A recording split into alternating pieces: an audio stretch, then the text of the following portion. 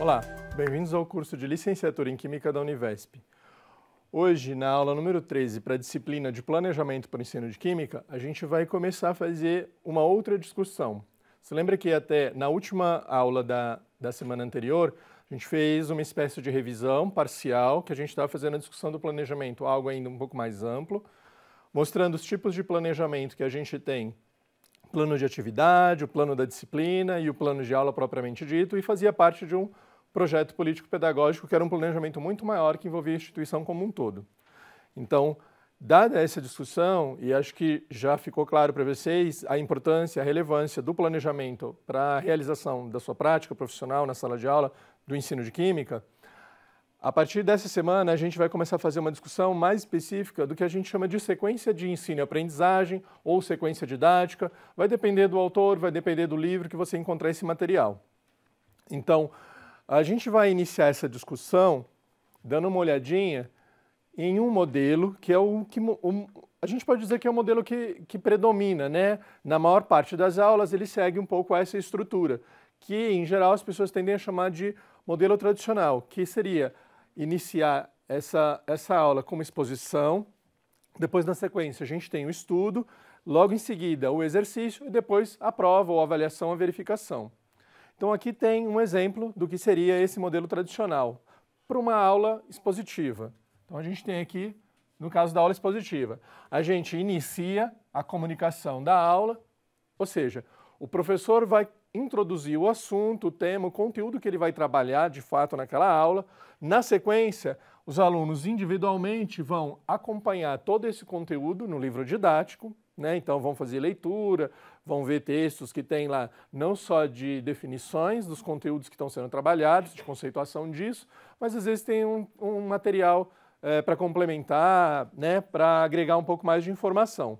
E na sequência vem a repetição de conteúdos, ou seja, eles começam a fazer uma série de exercícios para tentar fixar essas definições que foram trabalhadas ou mesmo a aplicação. Em geral, isso é uma lista de exercícios para o aluno fazer individualmente, apenas para estudar e fixar aquele conteúdo que vai cair na prova. E na sequência, o julgamento do professor, ou seja, a avaliação propriamente dita.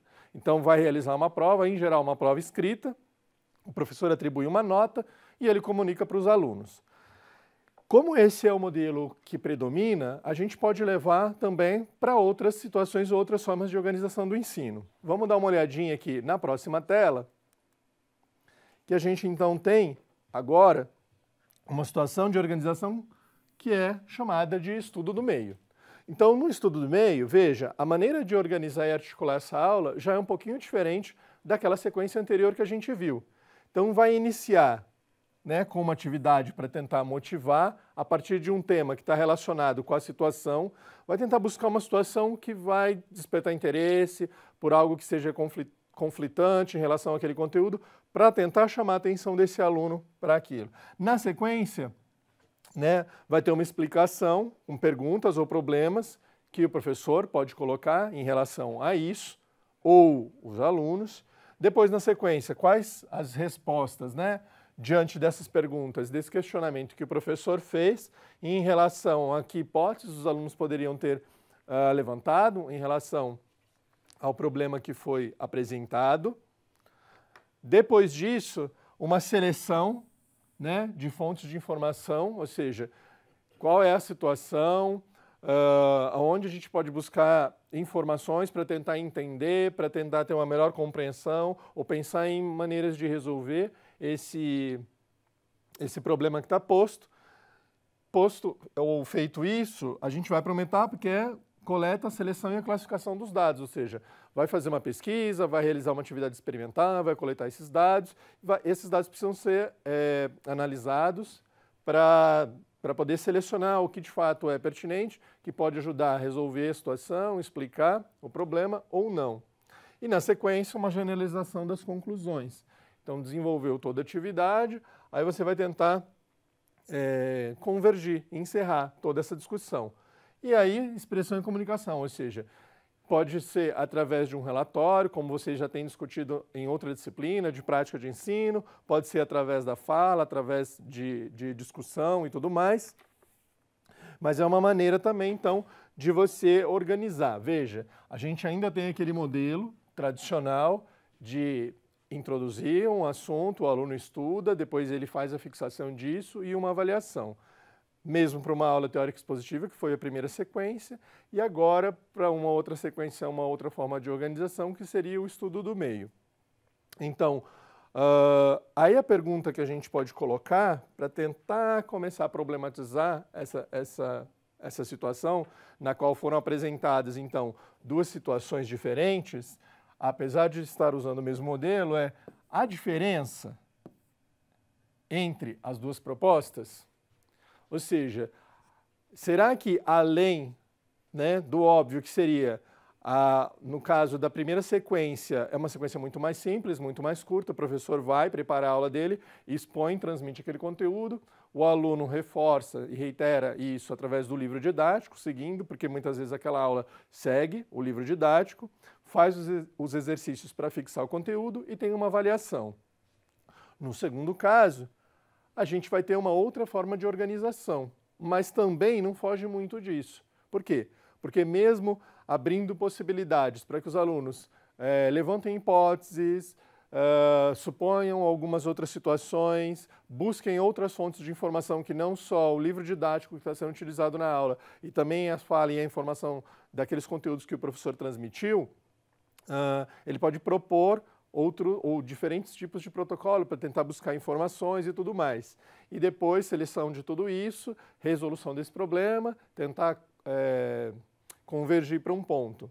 A questão é, dependendo da concepção que esse professor tem em relação ao ensino, ou a própria organização desse ensino, a visão que ele vai ter do planejamento, essas duas sequências aqui que a gente está usando como exemplo, elas, no fim, acabam convergindo para o mesmo ponto, ou seja, transmissão de informação, fixação de conteúdo e prova para avaliar. Então, ao mesmo tempo que parece que é diferente, ou seja, tem muito mais etapas, tem muito mais atividade para o aluno fazer, a possibilidade desse aluno subverter, dele questionar, daquela organização fazer sentido para ele, talvez se perca, em função, de novo, da concepção que ele tem. E aí, que tipo de avaliação, então, a gente pode fazer dessas duas propostas? Ou seja, se eu não tenho muito tempo ou eu tenho muito conteúdo, eu tendo a usar o primeiro exemplo de uma aula teórica expositiva com mera transmissão de conteúdo. Se eu tenho um pouco mais de tempo ou alguma infraestrutura, eu tento organizar e fazer atividades, como projeto, estudo do meio. Mas não pode esquecer que a visão e a concepção que esse professor tem em relação ao ensino vai influenciar diretamente a forma como que ele vai desenvolver essas atividades. E aí, assim, como é que a gente pode justificar, então, uma organização de uma sequência de ensino-aprendizagem da primeira forma ou da segunda forma? Dependendo de qual é a proposta de ensino que a gente pretende desenvolver com esses alunos. Então, se o objetivo é transmitir o máximo possível de conteúdos, ou se o foco está quase que exclusivamente nos conteúdos conceituais, a primeira opção ela é a mais adequada, porque ela é direta, ou seja, todo conteúdo trabalhado está sendo transmitido, né, para o aluno. E no segundo caso, abre outras possibilidades, mas da maneira como ela é trabalhada, ela pode também centrar exclusivamente na questão da transmissão de conteúdos conceituais, nem a questão de construção.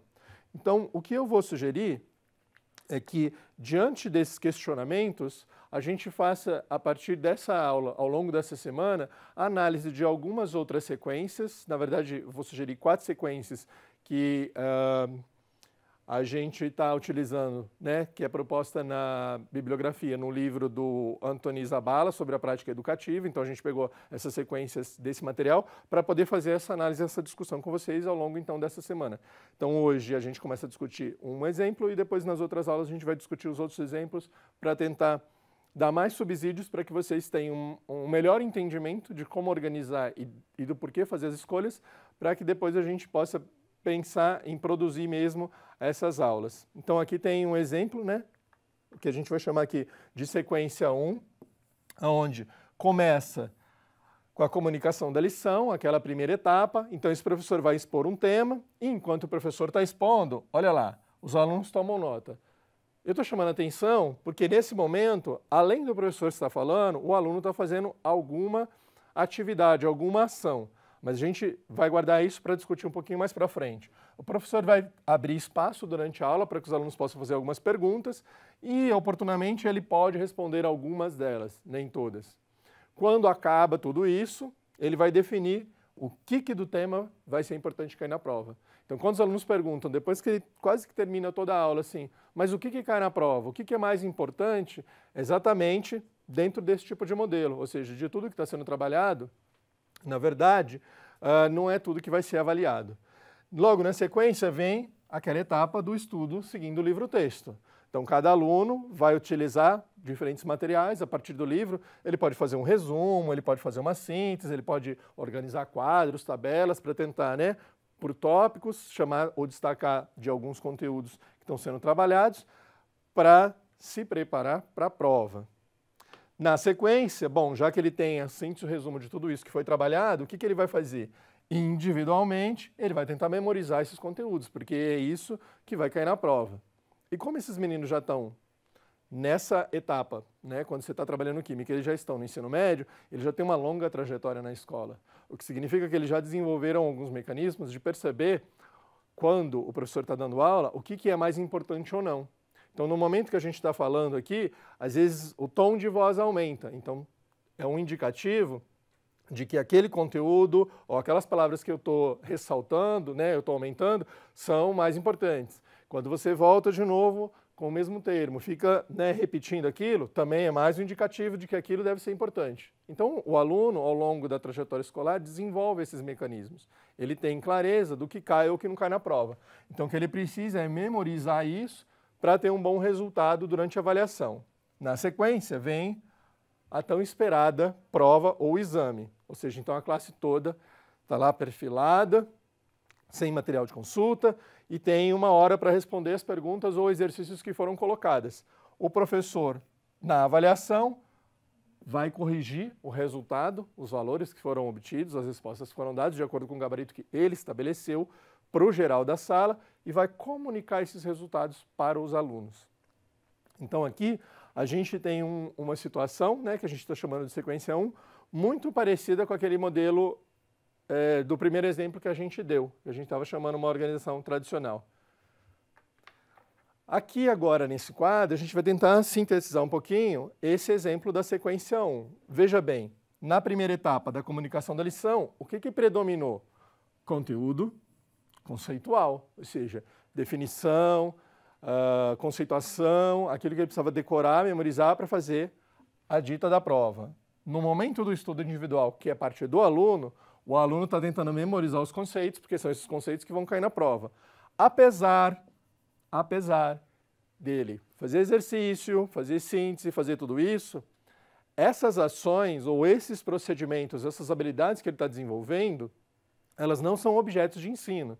Então, como elas não são objetos de ensino, lá no planejamento, quando o professor fez, exclusivamente ele tinha como objetivo transmitir aqueles conteúdos, ou os conteúdos conceituais. Então, as questões procedimentais aqui, elas não são objetos, então elas praticamente não vão ser consideradas na avaliação, elas não estão previstas no plano de aula dele, no plano de ensino desse professor. Aqui seria quase que a ideia de um efeito colateral. Para atingir esse resultado, ele tem que fazer essas ações e desenvolver essas habilidades. Então, fica, vamos dizer, num segundo plano. Num terceiro momento, a repetição dos conteúdos, tem que ficar fazendo os exercícios, tem que ficar tentando fixar e memorizar tudo aquilo para poder desenvolver, novamente, o foco são nos conteúdos conceituais. Por quê? Porque os exercícios são exercícios de fixação, né? Para que ele lembre disso para fazer a tal da prova. E fazer os exercícios também deixa essas habilidades e ações que o aluno está desenvolvendo num segundo plano. Por quê? Porque se você olhar no plano de aula desse professor, os conteúdos procedimentais que são utilizados aqui não são objetivos. Então, não são metas a serem alcançadas, não são resultados de aprendizagem. São ações que o aluno desenvolve para atingir com o objetivo que são os conteúdos conceituais. Num quarto momento, ele vai fazer a prova ou o exame, a prova escrita, e aí, de novo, centrado nos conteúdos conceituais, porque é isso que vai ser verificado, é aquilo que foi fixado, é aquilo que foi transmitido. E no quinto momento, a avaliação. Então, o professor vai comunicar ao aluno do resultado que ele obteve, ou seja, quantos por cento naquela escala dos conteúdos conceituais ele atingiu, ele obteve. Então, aqui a gente tem, né, nessa tela, uma síntese, um resumo de como está organizado ou que tipo de concepção que está por trás daquela sequência. Então, na próxima aula, a gente vai conhecer uma outra sequência, uma outra maneira, e também a gente vai poder chegar às nossas conclusões. A sugestão é que vocês entrem no ambiente de aprendizagem. Depois que vocês assistirem esse vídeo, entre lá no espaço de perguntas e respostas para que a gente possa comentar um pouquinho a respeito disso. Quanto mais a gente conseguir interagir, melhor ou mais esclarecido vocês vão ficar em relação a esses conteúdos. Então, a gente se vê lá no espaço de perguntas e respostas. Até a próxima aula.